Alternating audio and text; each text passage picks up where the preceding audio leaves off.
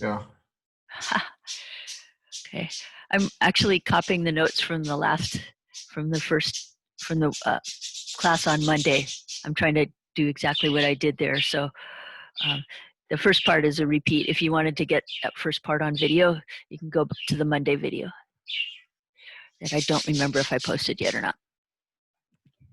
Good. Okay, yeah, so that's digital. There's another metric. Again, it's pretty much the same thing, but now you're in analog, so of course we have to give it a different name. It's a little, the units are a little different, and it's looked at a little differently, but you do the same thing. Whatever your amplifier is, you give it a really abrupt input, either high to low or low to high, and then you watch the output and see how fast it goes from low to high or high to low.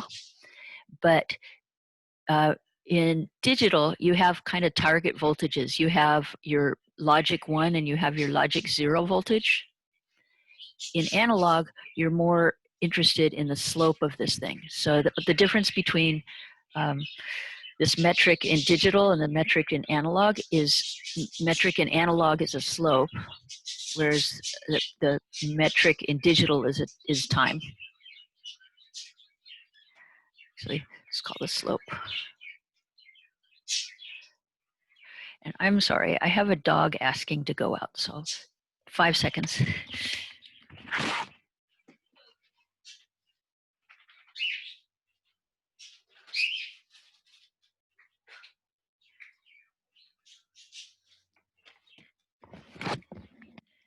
Sorry about that. Yeah, I've been reading about how dogs are going to have a horrible time when quarantine is over, and how to train your dog, like start now, so your dog doesn't go crazy when you do have to leave the house. So, if anybody wants a link to information on that. I have very neurotic dogs, so I have to start training him now for me to be gone. Not much to do with 308, so let's get back to 308. So this is a slope, and it's still time on the x-axis. It's voltage on the y-axis here. So what you have is actually the change in voltage over the change in time. So this is your slew rate. So instead of, you don't have this target logic 1 and target logic 0, you just pick a point on the line and find the slope, and that's the slew rate. And the reason why it's called a rate is it's per time. It's how much the voltage changes per time. Okay, and for those of you that had me for 307, you're probably sick of it, but when you're changing the voltage at a node, you are charging and discharging a capacitor. Yes, thank you. Yeah, so there's some capacitance on this output right here. And whatever your output stage is, whether it's a push-pull or a common collector, whatever it is, it's charging up your capacitance. So you can theoretically find the slew rate, but usually you find it in lab. You just put the function generator on the input and have a quick change from low to high or high to low, and check the slope on the output. But if you did want to do it theoretically, remember your Q equals CV, take the derivative of both sides with respect to time, dq dt becomes current, and C dv dt. And then, you know, slew rate is dv dt, so your dv dt is your slew rate, how many volts per second, and that equals I over C. So if you do know your current and your capacitance on your output, you can theoretically find this value, but usually, again, it's in lab, where you give the circuit a sharp input and see how fast the output changes. Okay. So slew rate is that. The reason why I say this has to do with frequency response is that, let's see, let's ask a question first. So what does a square wave is the square wave made up of only a single frequency? No. No. So from, was that 228, I guess? What's a square wave made up of? Like infinite frequency? What's that? Like a lot of frequencies? Yeah, it's a sum of an infinite number of sine waves of varying frequencies and amplitudes. So actually a square wave just is, if you're testing for a particular frequency, that's the wrong signal to use. Even though on the function generator you set it to a certain frequency and you get a square wave, that's actually composed of many different frequency components. So what signal only has a single frequency? What's the only signal that has just a single frequency? A sine wave. A sine wave, yes. So, so if you give, let's say you want to know if your circuit works with a sine wave, and actually let's make cosine of amplitude A and a frequency of 2 pi f. If you have a cosine and you're giving it as an input to your circuit, you have, if you have the slew rate, you know what the steepest transition on the output can be. So slew rate tells you the steepest the slope of the output can be. So let's look at this for a second. If you look at a cosine, you have something like this. Right here, this is, the signal isn't changing very much. This is a very small change in amplitude. It's a circuit that has a very bad slew rate, a very low slew rate, can draw this part. But right here, this is really steep. This is really steep. And if your slew rate is, so if this is slope m of your cosine, and you have your slew rate with m of your slew rate, your m of your slew rate has to be greater than m of your cosine. So the steepest part of the cosine has to be, so if your slew rate's like this and the steepest part of, this is hard to do. So if your steepest part of your cosine is this, but your slew rate is this, your cosine, you can't draw that cosine. That cosine can't come out of your circuit. So if the slew rate is this steep, now it can accommodate that cosine. Does that make sense? Okay, so the slew rate slope has to be greater than the slope right at the steepest point of your cosine.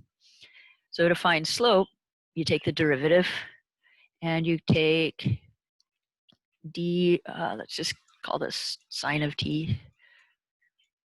I'm just making up letters, but ds of t over dt gives you the slope, and you get a 2 pi f sine of 2 pi f. But you want this at the steepest point. You want this at the steepest point. So you want this where sine, the maximum value that sine can have is 1. So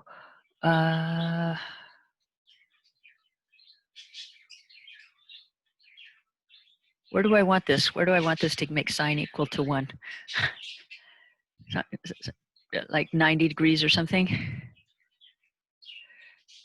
Why am I blanking? Anyways, not pi over 2, but 90 degrees. And if you do that, then this becomes 1.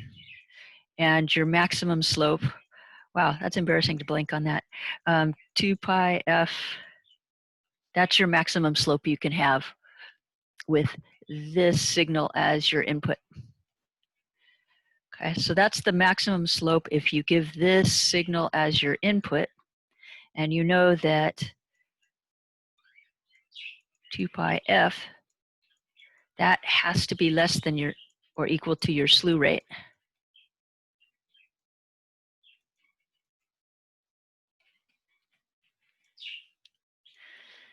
And so what you can find is that frequency, if you just solve for f here, you have f is less than or equal to a 2 pi slew rate, divided by. How am I doing on my math today so far? Slew rate divided by a 2 pi. And this is your maximum frequency. So it's the max frequency before you start to get attenuation. And that's the same thing. This should, in theory, equal your dominant pole, where your dominant pole is. So that should equal, if these were equal to each other, that would be your corner frequency of your dominant pole. So again, slew rate is a metric you'll see on data sheets, and also has to do with frequency response, how fast a signal you can give to your circuit. Any questions on slew rate? I think I'm talking slower to you all than the Monday section. Okay, so that's the definition of slew rate. Slew rate, check. Okay, let's go to current sources next. But any questions there? Can't see y'all. Okay, so the next is current sources. This is something that's posted. It's under biasing circuitry. And just again, I wanted to put a name with some of the current sources that you've seen. In lab and in lecture, we talked about degeneration for current sources. And when you degenerate a current source, either on both sides, on the biasing side or the current source side, on the mirroring side, or on both, those are generally called Widler current sources. And this by a very successful scientist. I forget, does anybody know Widler's first name? I went through a phase where I tried to learn all their first names, but that's gone. But yeah, if you hear somebody say, oh, this is a Widler current source, all it means is there's degeneration. Okay, check. We're done with one current source. Okay. The other well-known current source is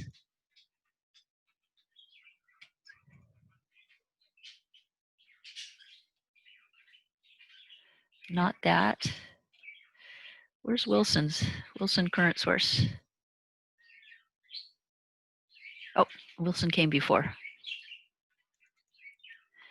Okay, so there's a couple of forms of Wilson's current source, but Wilson said, hey, if degeneration works great, so I'm going to degenerate, but I'm not going to use a resistor, I'll use a transistor.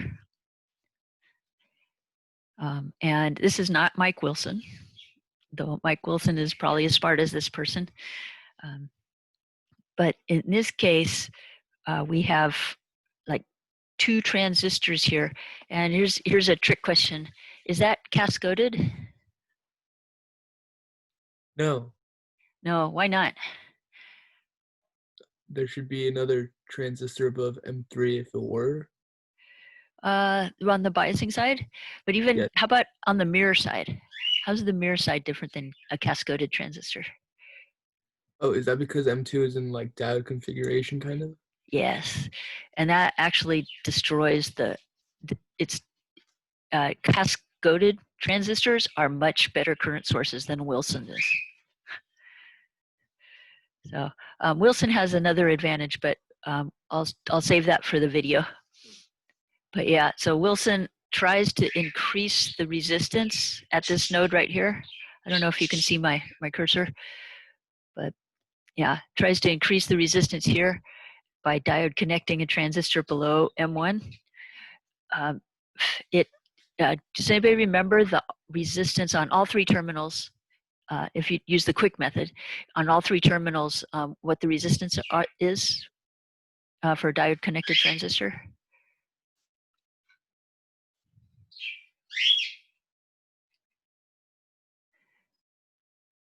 All three terminals are actually the same.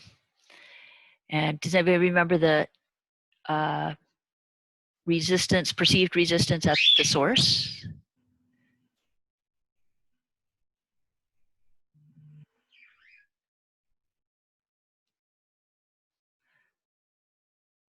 Nope. Do you remember 1 over GM? Yeah, so actually when you diode connect something, it becomes a very small resistor. So this right here is a transistor with a perceived resistance of like 5 ohms or 10 ohms, or maybe low current, maybe 20, 30 ohms or something. So it's not the greatest current source. Why do you want a high R out on a current source? This right here has a small degeneration resistor. It's like M1 has a small degeneration resistor because this is diode connected. But why do you want a big R out where the current comes out, where the currents get sunk? So that you don't load the circuit that you're sourcing current for. Okay, it is when it's a current source, you use a Norton equivalent. And remember that R in a Norton equivalent, you don't want any current going through that resistor. You'd like all the current to be going to whatever's using your current. So absolutely, you want the current going through your whatever that circuit is. But you can also say a high R out. If you change the voltage across a big resistor, how much does the current change? Barely changes. Barely changes. So yeah, the bigger you can make the resistance looking into this terminal, the better it is. So cascoding transistors gives you a high R out. What even has a bigger R out? Gain boosted. Gain boosted. Yes. So gain boosting or cascoding would do better than a Wilson's current source, but Wilson's current source tries to get the VDSs or the VCEs equal to each other, so you don't have any base width modulation. That's the secret of the Wilson current source, but I'll put that in the video. But as a R out, this doesn't help your R out all that much. So those are the two current sources that it's good to know the name of if you're interviewing with a circuits company for an analog position. Okay, questions on current sources? Okay, so let's see where we are. So we've got current sources. All right, so the last topic before we go to feedback with loading is op amps and telescopic op amps and folded op amps.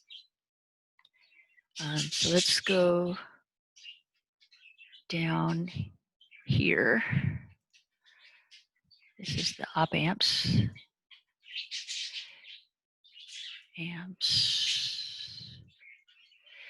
And I'm gonna draw for a second here. What's your favorite today, MOSFETs or BJTs? BJTs. BJTs, okay.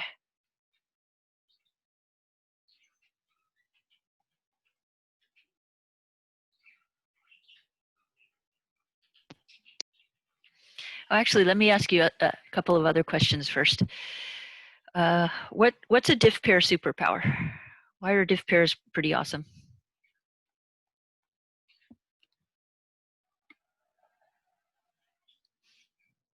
Good input resistance. Okay, if you degenerate them or use Darlington pairs, yes. Actually, if you don't degenerate or use Darlington pairs, it's about the same as a common emitter. But that's their job should be that. So almost, in good op amps, you'll see that degenerated or Darlington pairs. So yeah, high RN. What else is their superpower? 2 inputs. 2 inputs. That's absolutely. You can make high RN, but you have to design for it. 2 inputs, and since I'm still asking, one more.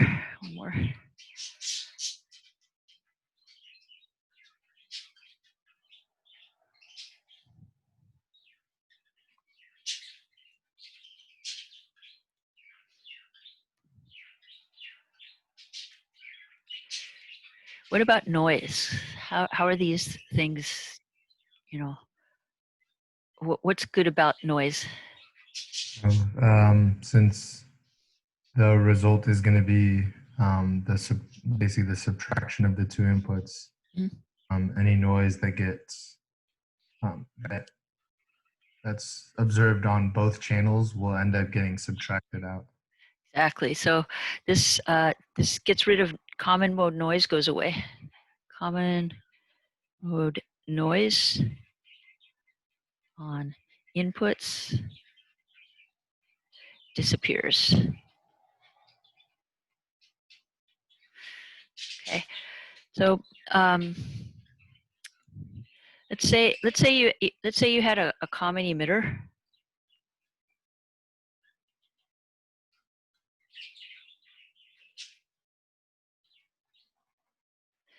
And you had some noise on the input. Would that affect the output? Let's say the ground was ground and not noisy. Yes, it would. Yeah, it would affect it a lot because you're changing VBE. VBE is changing the current through your transistor. That current's going through the resistor and making V out move. So this common emitter is extremely sensitive to noise on its signal. But hey, diff pairs, they're great. They get rid of noise if it's common mode noise. So, okay, there's that. And then increasing the gain of a common emitter. What techniques do you know about increasing gain? Active load. Active load.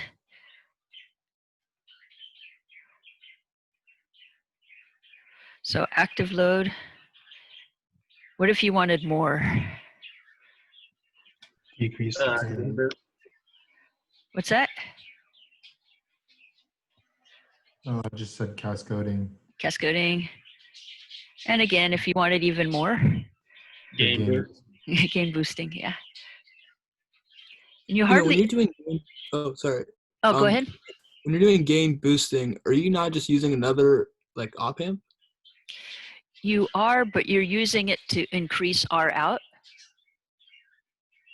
You're not using it you're not cascading. You're using it in your circuit to increase R out. So when you gain boost, you're not doing this. Right. You're putting it like, I guess, in the circuit that you're in the op amp you're designing. Okay. It seems like cheating to me, but that's just Yeah, and because gain boosting gives such an extraordinary gain, you don't see it all that much in circuits because it makes them so sensitive to biasing. Your bias is just a little bit off. If your gain's, you know, 1 billion, then and your input is just, you know, this much off, or when you fabricated the chip, one transistor is just a little bit different than the other, then often the op amp won't work. So gain boosted, you really have to have control of everything. When you're doing an integrated circuit, you have to put the transistors right next to each other and have them oriented in the same direction. And there's various layout techniques. We haven't talked about layout. Have I advertised 431 lately? We'll talk about layout techniques. But you actually, if just as an aside, if you have two transistors, so if you have a wafer, there's actually variation in two directions in general, from top to bottom and left to right. So you might have a high VT over here and a lower VT here. So your transistors are going to behave differently on the wafer from here to here. And then you might have something different here, just mobility difference from here to here, something like that. So if you put one transistor here and one transistor here, they're not going to behave the same. So you want to put them right next to each other. But even right next to each other, there still might be a variation. The variation in this direction, if you have them right next to each other, the variation in this direction, they're going to have the same variation. But going left to right, now these two are going to be different. So there's actually a technique where you slice your transistors. Let's call this transistor 1. So these are just 2 transistors, but you take half of one and put it here, and take half of one and put it here. Take half of 2, put it here, and half of 2, put it here.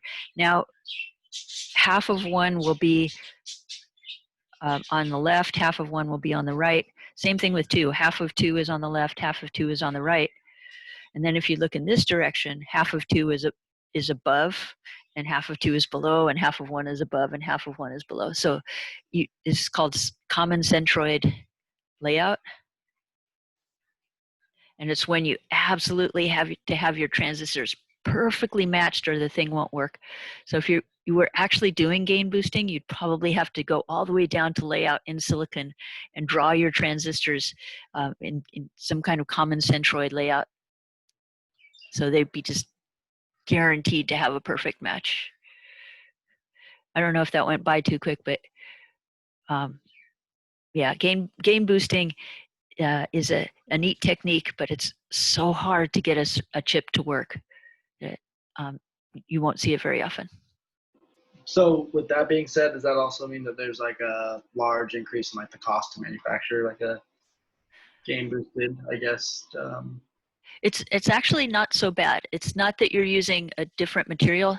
Yeah, one of the, when digital circuits were coming up and everyone saw that MOSFETs were better for the digital circuits, but BJTs still gave some advantages for the analog circuits. Putting both MOSFETs and BJTs on the same chip, that's super expensive. That's expensive. But if you're just slicing up the MOSFETs into pieces and moving those pieces around, it actually doesn't cost anything extra. It just takes a better designer, which might cost you extra. Yeah, it's more a person cost, a design cost, than fabrication cost. And design is a non-recurring cost. You do it once and you have your chip. But fabrication, if you have MOSFETs and BJTs on the same chip, then every time you make a chip, you're paying extra. And so if you make 1 million chips, you've just paid something 1 million times. But for design, you only have to pay that extra cost once. But got off topic, but yeah, I have a friend that worked for Motorola, working really on early 3D chips, and her job was to do layout. And when you do layout, you draw squares. You say, dope this area with N type. You make the silicon N type in this region. Make the silicon P type in this region. So you draw these squares, and the squares are really pretty colors. I think whoever designed the software thought a lot about colors to make it pretty for those that have to sit there for 8 hours a day or 12 hours a day and draw these squares. But she said after doing that job for like 2 months, she'd go to sleep and she'd see squares coming at her of different colors while she'd have dreams about floating squares. On the side, she liked drugs a lot too, but that might have had something to do with it. But yeah, if you're interested in that kind of thing, think about 431. And excuse me for talking about drugs. Of course, don't do them. Don't drink. I think I covered myself. Yeah, now I really shouldn't have told that story. Okay, so anyways, so continuing with this. Almost done. Again, the gain is so large. It's really hard to design these things. Remember, if the gain is large, then your VTC is basically this. And if there's something that moves the voltage over here or over here, let's see, use a different color. If it moves your voltage just a little bit to the left or just a little bit to the right, you're going to rail. You're either going to be at the supply or ground. So it's really hard to design for those. Okay. And write that out as a, let's draw this out as a actual transistor. V tail. And this would be Vi plus, Vi minus. And usually there's a resistor there, but I won't draw it. Here's your V out. Okay, so we said that if we want a lot of gain, we like to cascode. But as soon as you cascode, then the problems that you had with just a regular common emitter, when you have noise on the input, that got many, many thousands of times worse. So if you took this common emitter right here and cascoded it up and down, now when Vn moves, that noise on Vn is going to be multiplied by now, thousands of times more than it was before it was cascoded. So as you increase the gain using cascoding or gain boosting, noise on the input shows up in even a worse way on V out. So to help with that noise, you also know over here that diff pairs get rid of noise for you. So what if when you increase the gain, in other words, when you cascoded your common emitter, you also made that differential so the noise would go away. And that inspired this amplifier right here. This is a cascoded diff pair, or more commonly known as a telescopic op-amp. And I see it written as an op-amp, but really it's kind of the input stage and gain stage of an op-amp. This has an incredibly high R out, so to qualify as an op-amp, you want a low R out. So this thing doesn't qualify as a low R out. So you'd still need an output stage over here. But for some reason, I see it written as telescopic op-amp. More correctly, you might want to call it a telescopic amplifier instead. And it's just a cascoded diff pair. Okay. So this is one type of op-amp that, again, it's good to know the name of, just like Miller and Widler for the current sources. This has a weakness. Now you've kind of solved the noise on the input problem, and you've got a big gain here, and you've got two inputs. So that's all great, but with the voltage supplies that you have on new chips these days, having to make all of these transistors be in the forward active region, it means you need a VCE sat across every single one of these transistors. And we have 5 here. We have one. This has to be a VCE sat for this to be in forward active. This has to be a VCE sat for this to be in forward active. Whoops, that's the transistor. That has to be VCE sat. That has to be a VCE sat. This has to be a VCE sat. And then those are just the voltages across the transistors. If you want the output to be able to swing, then you have to add that on. So this would be your supply voltage has to be at least 5 VC sat plus however much you want V out to be able to swing.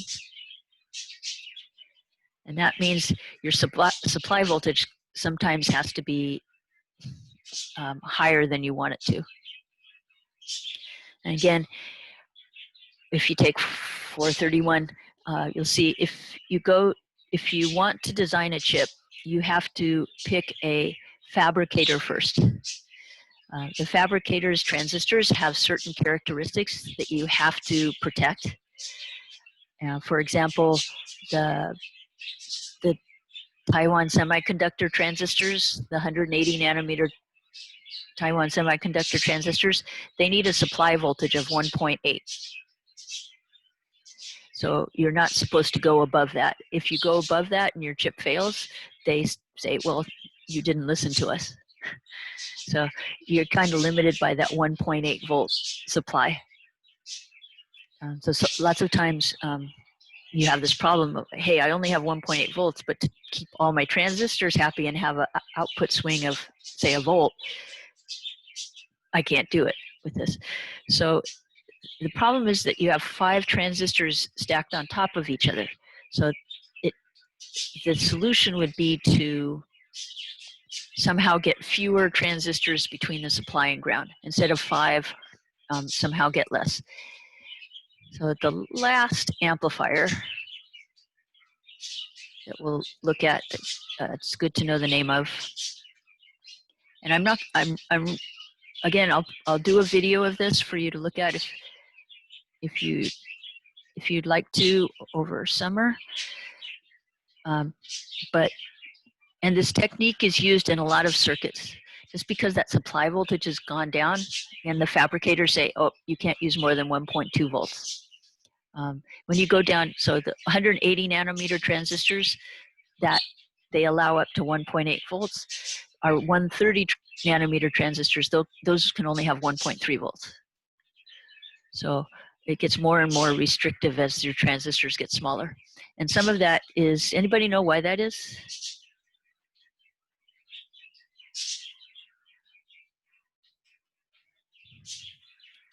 Why they're so worried about the supply voltage? Okay.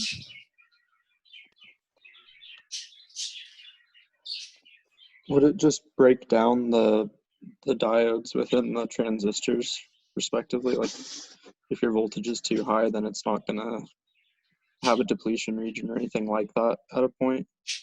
Yeah, there's a bunch of, I think I mentioned non-idealities.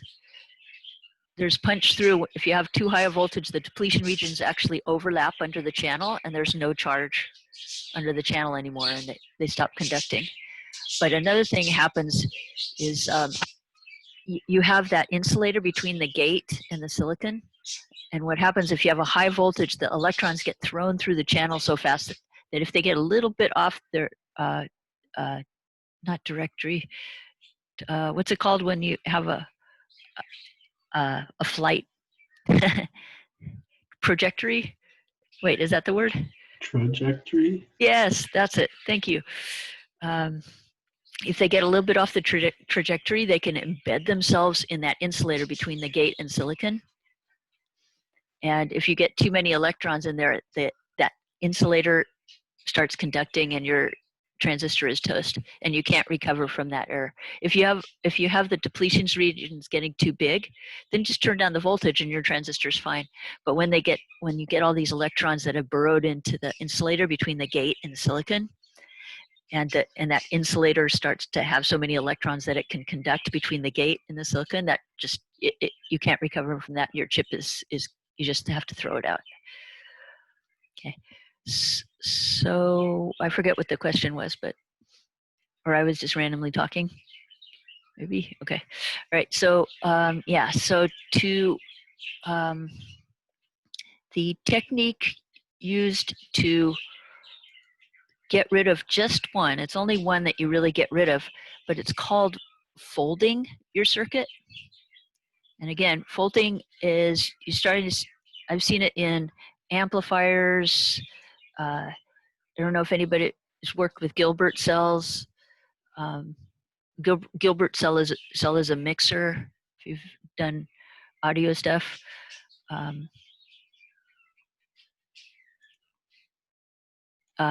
Just in any circuit where there's too many transistors between ground and the supply, you can take part of your circuit and flip it up. So for folding this telescopic op amp, let's try this and then I'll erase. Everything's going to be upside down. But you take this part of your amplifier, didn't leave enough space. You take this part of your amplifier,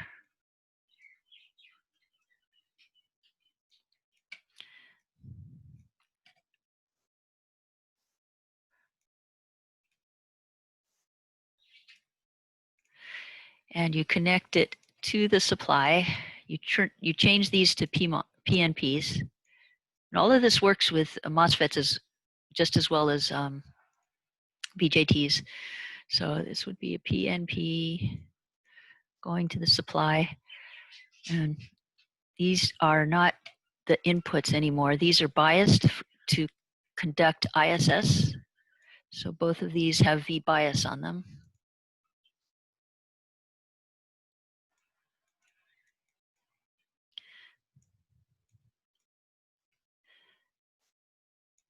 And actually I need to, nope, that's good.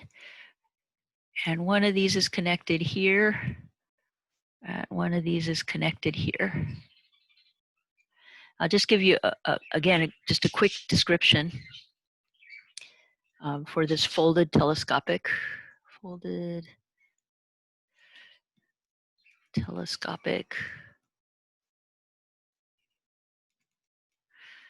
amplifier. I'll just call it amp.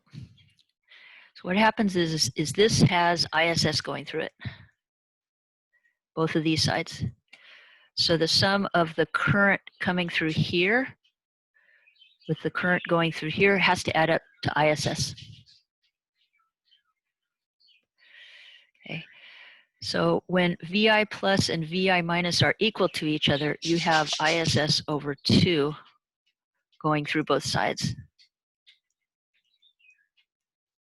You design it to have ISS over 2 going through. Oh, I totally forgot. I'm sorry. Drew this badly. No, I totally messed this up. Sorry. Get rid of the supplies here. My bad. Okay, so you have a current source with ISS, and if VI plus equals VI minus, just like a diff pair, you have ISS over 2 going through both sides. So what's the current going through both sides then? Remember, this current plus this current has to equal ISS.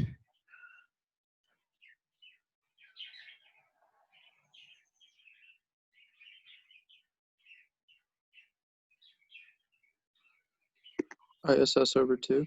Yes, so both sides are ISS over 2.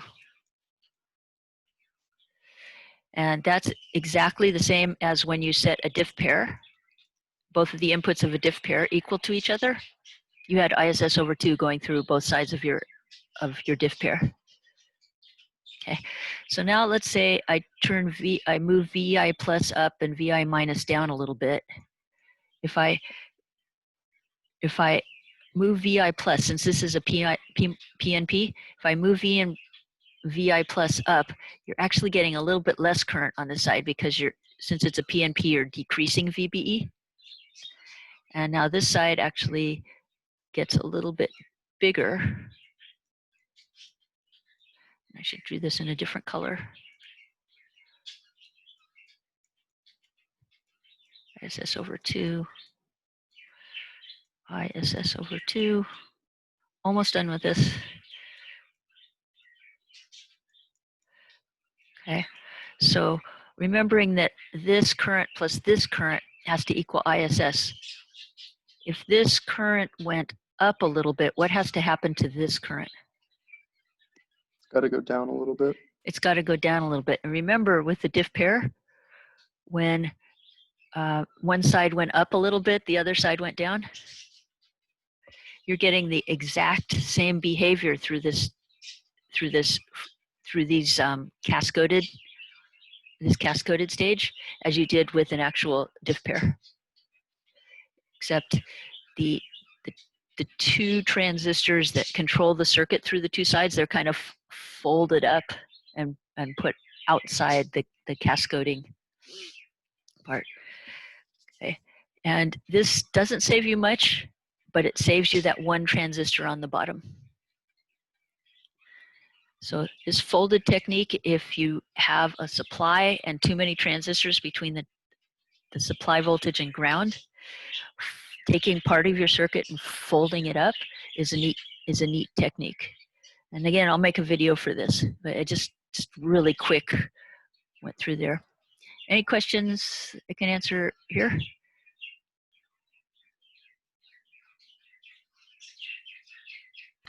VCC is above the current source, right? Yes. Okay. Yeah, sorry. Bad drawing. Okay. All right, so with that super quick, possibly ununderstandable Introduction to Folded Telescopic Op Amps and Telescopic Op Amps. We are to the final topic of feedback. And I have gone quite a bit slower with y'all. So I'm thinking it might take another 20 to 30 minutes. Do you want to take a break, or do you want to just keep going?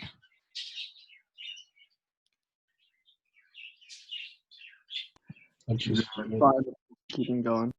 Keeping going? Okay. Then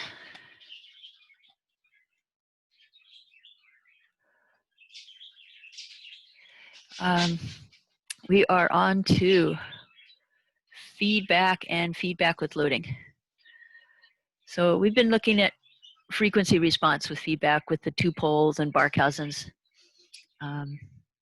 But this is different. We're going to kind of move away from that and just look at gain. So we're back to low frequency response, and it's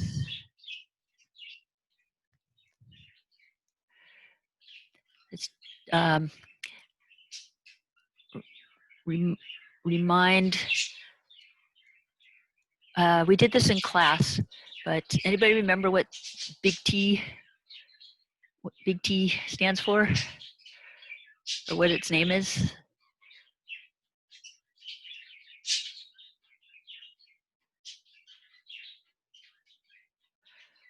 Is that the transfer function? Gain of everything? For gain. What kind of gain?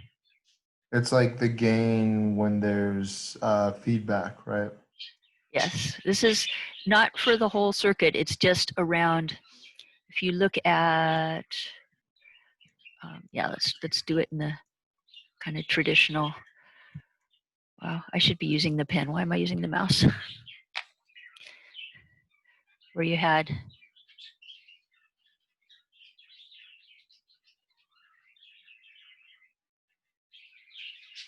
This is supposed to be AV, VN. And this is called loop gain. And it's when you go through to the output and back through the feedback loop, but you cut that branch. So it's all the gain components in series, and you multiply gain components when they're in in series. So this is AVF. And we worked through in class, I believe we worked through in class that the gain of this whole system is AV. So if this is not cut, if the feedback is connected in a loop, this is called the closed loop gain.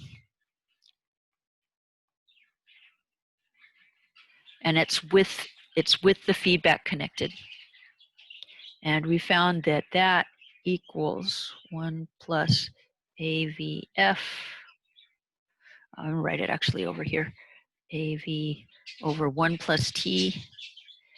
And then when AV got really big, remember for an ideal op amp, the gain is infinite.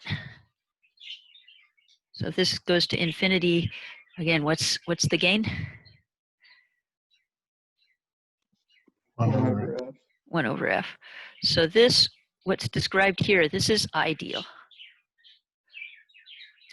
And again, for an ideal op amp, your Rn equals, your R out equals, Rn equals Infinity. infinity, and your R out equals 0. 0. And that doesn't happen in real life. So let's look at feedback. If I scroll up, it goes off the page, but is that okay? Scroll up. Anybody want me to wait? Okay. Let's look at, let's call this case 1 ideal. Okay, and that doesn't happen in real life. So let's look at case 2. let's say Rn is, it's still really big.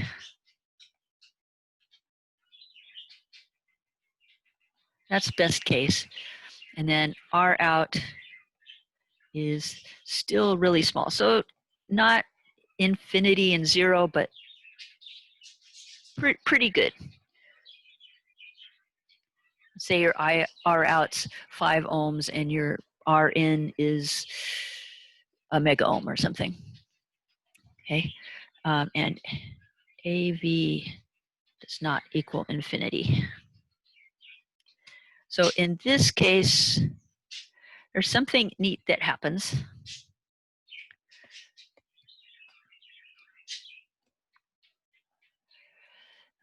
Something neat that happens, and it has to do with this magic number 1 plus the loop gain. So if you hook up an amplifier, let's see,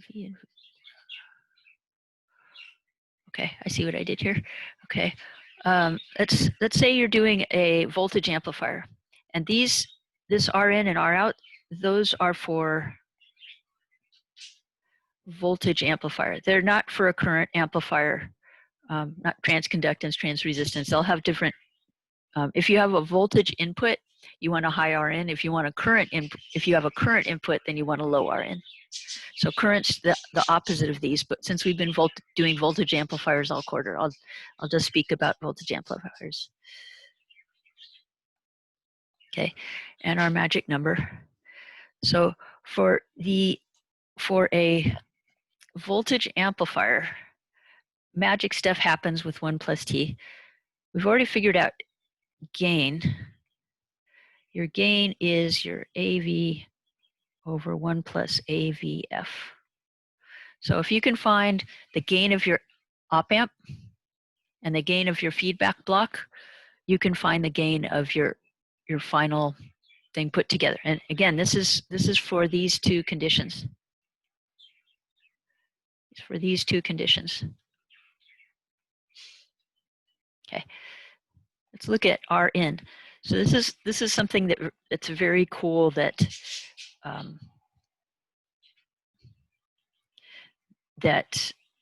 feedback does for you. Your Rn of your amplifier, so your op amp, Rn of your op amp, this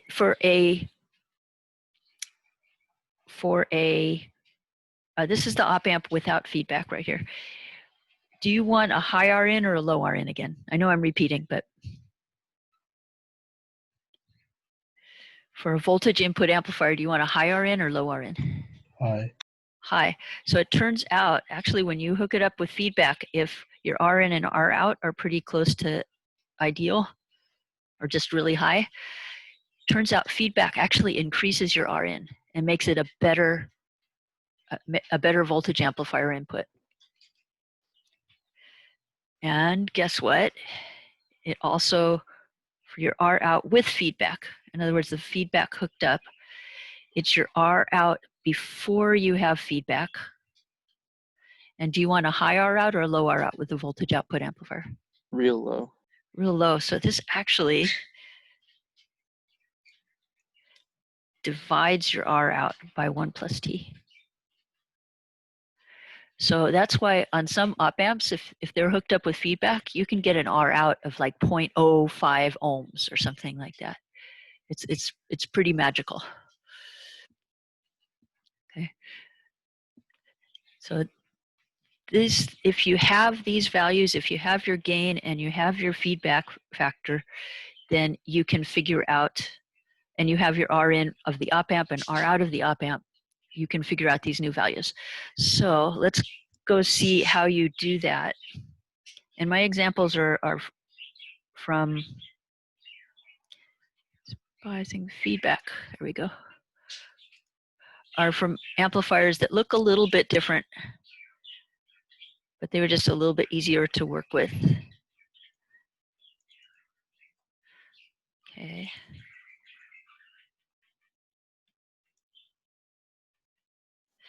So this file is the, whoops, should I get rid of stuff? Sure, actually.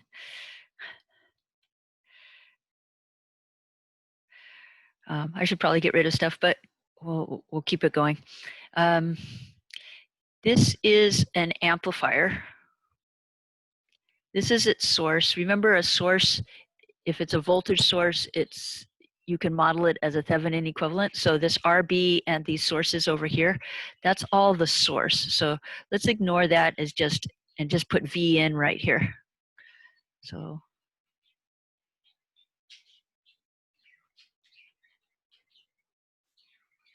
this is our, let me change colors too. Pointer options, pretty color. I'll go green. Okay, so this is actually the V in to the circuit. Okay, all of this right here is just a voltage source, the Thevenin equivalent of wherever your voltage is coming from. Okay, now to use the equations that we just found in Paint, we need to find AV, we need to find F, we need to find R in and R out. Okay, so the way you do this, and again, I'm going to give you a term that I made up that nobody else will understand, but to find your gain, your AV, your lowercase AV, you need to look at the vanilla amplifiers in this circuit. So a vanilla amplifier is a common emitter with passive load or common emitter with an active load. Degeneration is not a vanilla amplifier. That's a flavor below, above just having a driving transistor and a load.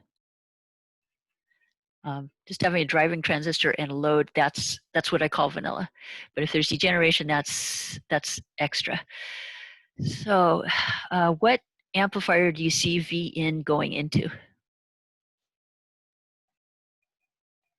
If you're looking at stages. Common emitter with active load. Or active With degeneration. degeneration and passive load.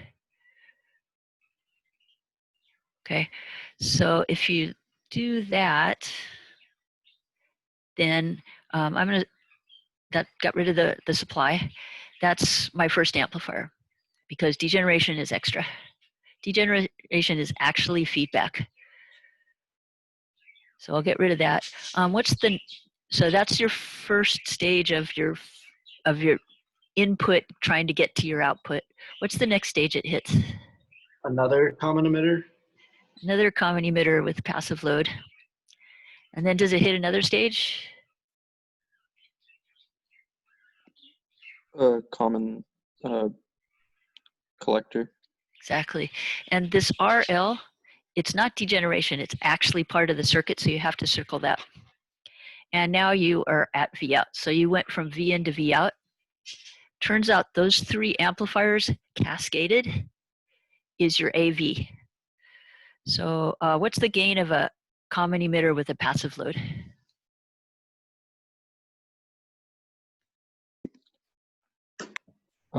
RO in parallel with RQ1 times GM, Yes. negative GM. Yes. So you can see over here, that's the gain of the first stage. Let's put. Okay, and then you hit another common emitter with a passive load. Here's the gain of the second stage. And what's the gain of the third stage? 1. Basically. 1. So there's the 1 right there. So your AV is actually these three. You find the path from the input to the output and just consider the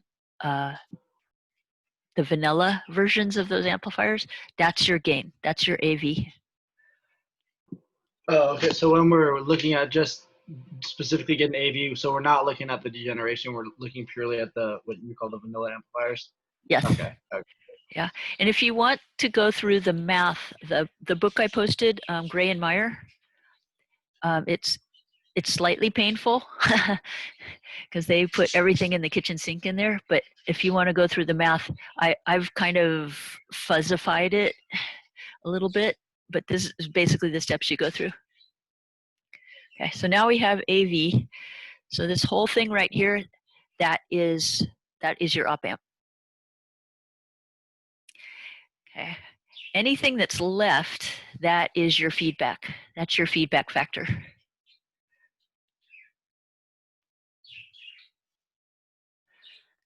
Okay. And what's sometimes hard to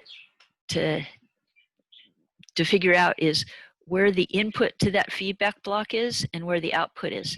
But remember, it's going the opposite direction of your amplifier. Your amplifier signal is going this way from V in to V out, but the feedback's going from V out back to V in. So this, where to go? This is the input to the feedback block. And this is right here where it connects back up to your input stage. That's the output of the feedback block.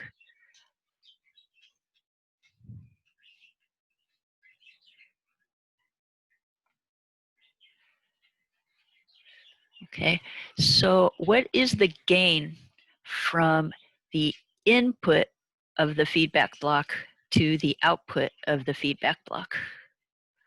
What's that gain? RE over RE plus RF. Yes, it's a voltage divider, so the voltage you put on here actually gets divided and shows up on the output of the feedback block. So you've got your input, it gets divided and gives you your output. You have the feedback is actually a gain, so you need V out over V in. So if you divide both sides by this V in feedback, you get your gain of your feedback block. This is actually your V out feedback over your V in feedback.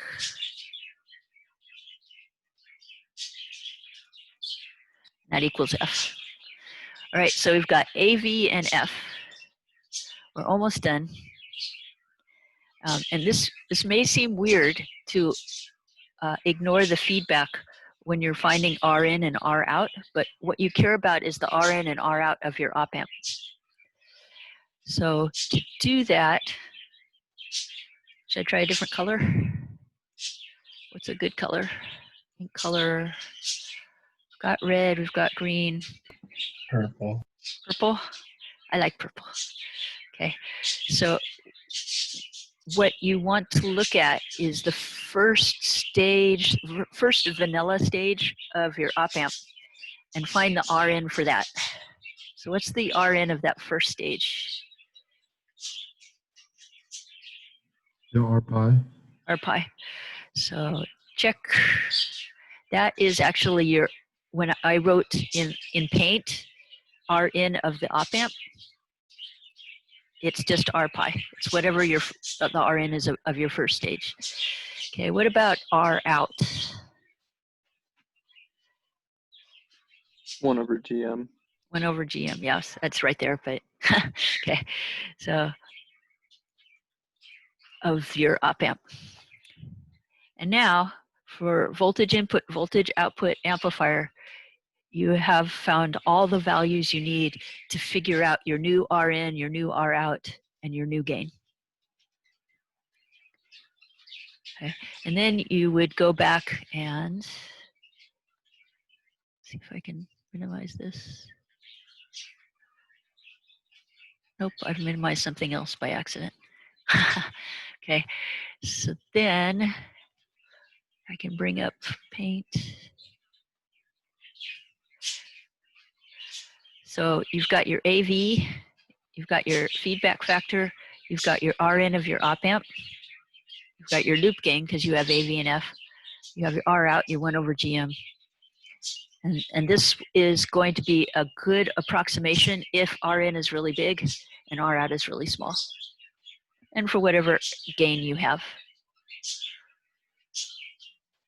So if you don't have a really great op amp, maybe you have a gain of 1,000 instead of 1,000,000. It's going to change what your RN and your R out is perceived as. Okay.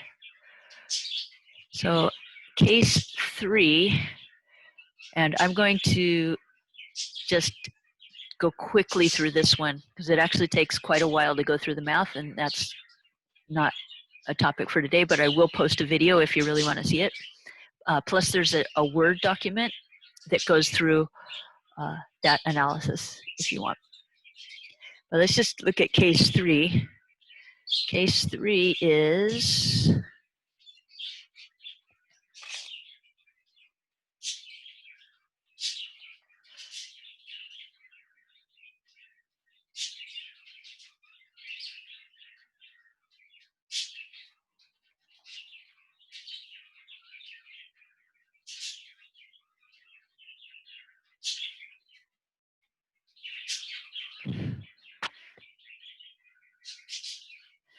okay. So if RN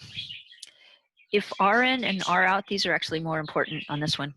If RN and R out are not, if RN's not that big and R out's not that small, now you have a design challenge. Okay.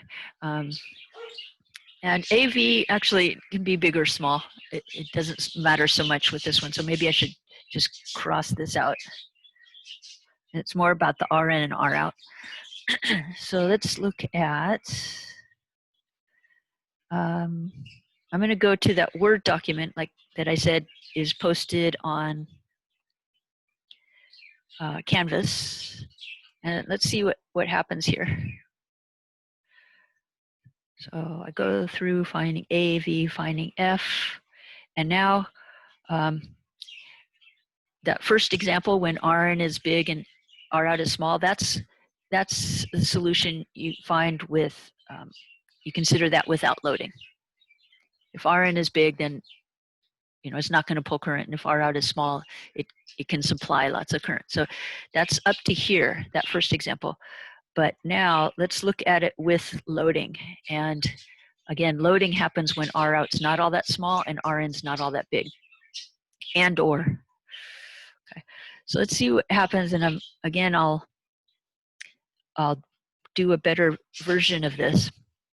That feedback block, again, it's an amplifier. It has a gain of less than 1, since in that example it was a voltage divider, but it's still a gain block. And so all those 2-port rules that we saw when we were doing simplifications, where, for example, for GM you zeroed V out, for R out you zeroed V in, those simplifications can be used on this block too. And if you really want the details of this, go check out the Gray and Meyer book. And I don't know, there's probably 40, 50 pages on this, something like that. That Gray and Meyer book is, Dr. Prodnov doesn't like it, but it's considered by many in industry as kind of the Bible of analog design. So if that's of interest to you, that's actually a good book to look at for light summer reading. But let's see. So if you have this, remember the circuit that we were looking at, we had a voltage divider. Here's our voltage divider. You have your output going into the voltage divider, and then that divided, V out divided, is fed back to your inverting input. That's the circuit that we just looked at.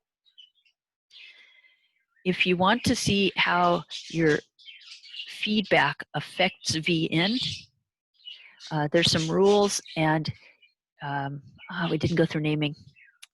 Okay, just one more thing to do after this, but since it's a voltage output here, this actually gets shorted. And what happens is you get a voltage divider from the input that's going into your circuit, get a voltage divider between your R in and your feedback network. And what happens is if these are very much bigger or on the same order as your R in, then the voltage going into your amplifier, between the non-inverting and the inverting input, it actually gets divided by R in and your feedback block, and it gets smaller. And if you're giving your amplifier a smaller voltage, then you get smaller gain on the output. So by having a small R in, it's going to make the difference between your non-inverting and inverting input very small, and you won't get much gain out of your amplifier. It's going to make your amplifier kind of fail a little bit. But if R in is much bigger than your feedback network, then you get a big voltage across your amplifier, and you get lots of gain. Even where this came from, just know that if your feedback resistors are on the same order as your Rin, it changes your gain by quite a bit. Okay. Then on the output side, what happens is, since this is a voltage output, your circuit can be modeled as Thevenin equivalent. Your voltage goes through the voltage divider. To figure out how that voltage divider, that feedback block, affects your output, you actually get to cut the wire to the input. And then now you have a voltage divider from RO to your actual V out through these resistors. It's a little better picture here. And you actually get your V out divided by your resistors. So if R out is big, then your V out gets divided because of your feedback network. And you can kind of imagine that if your feedback network pulls a lot of current, then it can mess up your V out. Or if on the input side, if your input asks for a lot of current from your feedback network, it can mess up your feedback network. Okay, that I don't think that from the faces I see, I'm not sure that sounded right. But the challenge in designing, if you don't have a super high Rin or a super low R out, the goal is to pick your R5 and your R4 such that they are much smaller than your Rin, but much larger than your R out. And then you're safe. If they're much larger than your much smaller than your Rin. What did I say? So let me say this again, just in case I totally screwed that up. You want your feedback network, the resistors in your feedback network, to be much smaller than your Rin, but you want them much bigger than your R out. And if you pick them too much to one side or the other, then it's going to either mess up your output or your input. And that's the short version of how your feedback block can mess up your amplifier. I actually had one more thing, and I think it would take like just 5 minutes. Can you last another 5 minutes? I talked much slower for you guys than the first section. But questions on this? Yeah, okay. But be careful about that feedback when you don't have an ideal op amp. Good news is the off-the-shelf op amps generally have a really low R out and a really high Rin. So most of them you can just pick, 5K, 10K, and it's usually safe. Okay, last topic.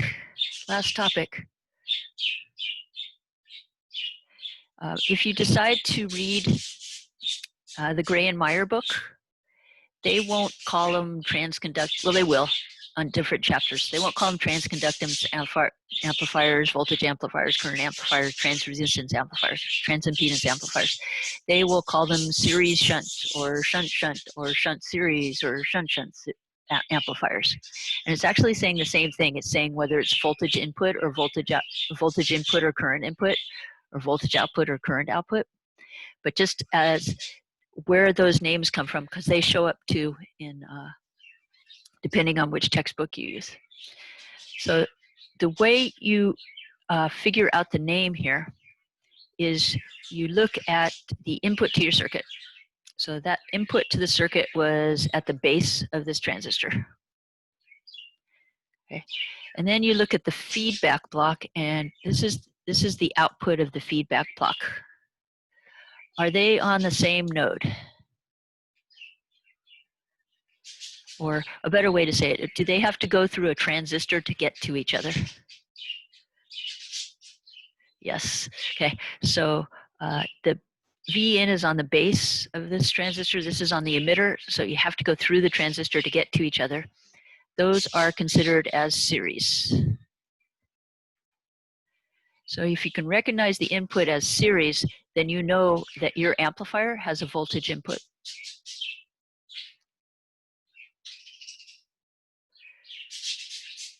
Okay, is that okay? All right, so let's look at the output. So is the input to the feedback block, is that on the same node as the output? Do you have to go through a transistor, I should say? Do you have to go through a transistor to get from V out to the input of the feedback block? No, so that is considered shunt when it's the same node. And so this amplifier right here, this is a voltage input, voltage output amplifier. And if you look at, depending on what book you look at, this would be called a series shunt. Because the input is series. The input is series and the output is shunt. This would be a series shunt circuit. Okay, ready for the next one? Whoops. What about this one? How about the one over here?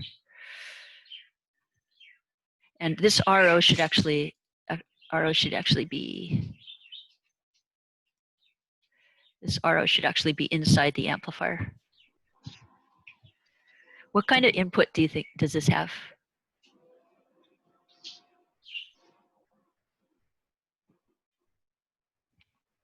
Is it shunt? Yes. So if you notice the feedback here, it comes to this node, and your V in right here is on this node.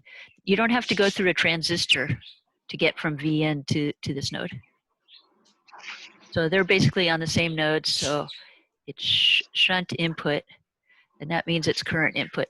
And that makes sense, because if you have a voltage here, remember how you figured out the gain of this thing? You saw, oh, there's current going through here, and that same current goes through R2. If you remember that from 211, or whatever class you had op amps in. So this is actually current determines the voltage on the input to your amplifier. So this is actually a current input amplifier. What about the output? That's also shunt. This is also shunt. So here's the feedback block, and here's V out. You don't have to go through a transistor to get to the feedback block. So that's also shunt. So this is a current input voltage output amplifier, and it's also called a shunt amplifier. Okay, let's go to, whoops. Not much mystery here, but what about this one? Guess I should erase it. Shunt input, series output. Yes, okay. So in this case, the last one was drawn with a triangle, but this one, you'd have to find AV, and again, you'd circle the vanilla amplifiers. That all becomes, this all becomes your amplifier. And here's your V out. Do you have to go through a transistor to get to the input of your feedback block? So here's V out. So you have to go through Q2 to get to there. So yeah, that's in series. Series output. And on the input, whatever's left after you circle the vanilla, that's your feedback block. Here's your output of your feedback block and input to your amplifier. Did you have to go through a transistor? Nope, so your input shunt. So this is a shunt series, and it's a current input, current output amplifier. Okay, last one. This is the end of, this is the finale. Oh, darn it. Oh, well. Okay. What do you think? Do you agree with the answer on the screen? Yes. Yes. Okay, yeah, you circle the vanilla amplifiers. Where's my...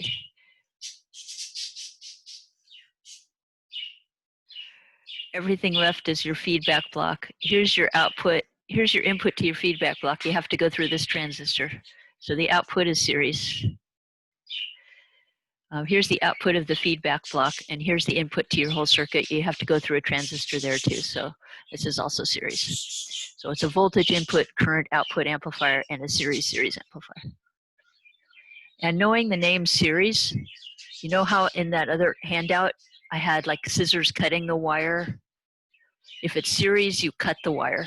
So if it's series on the input, you take your feedback block and cut the wire to the input. If it's shunt on the input, then you short that. So shunt means short, series means open. And knowing these names makes it really easy to know what to do with the feedback block and how to find the feedback factor. But that's all I got.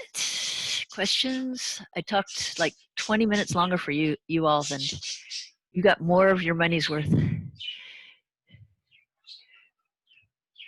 What was funny with the Monday lecture when I said okay bye, like 2 names were left, or 1 name was left. So I think that person was just like watching TV or something.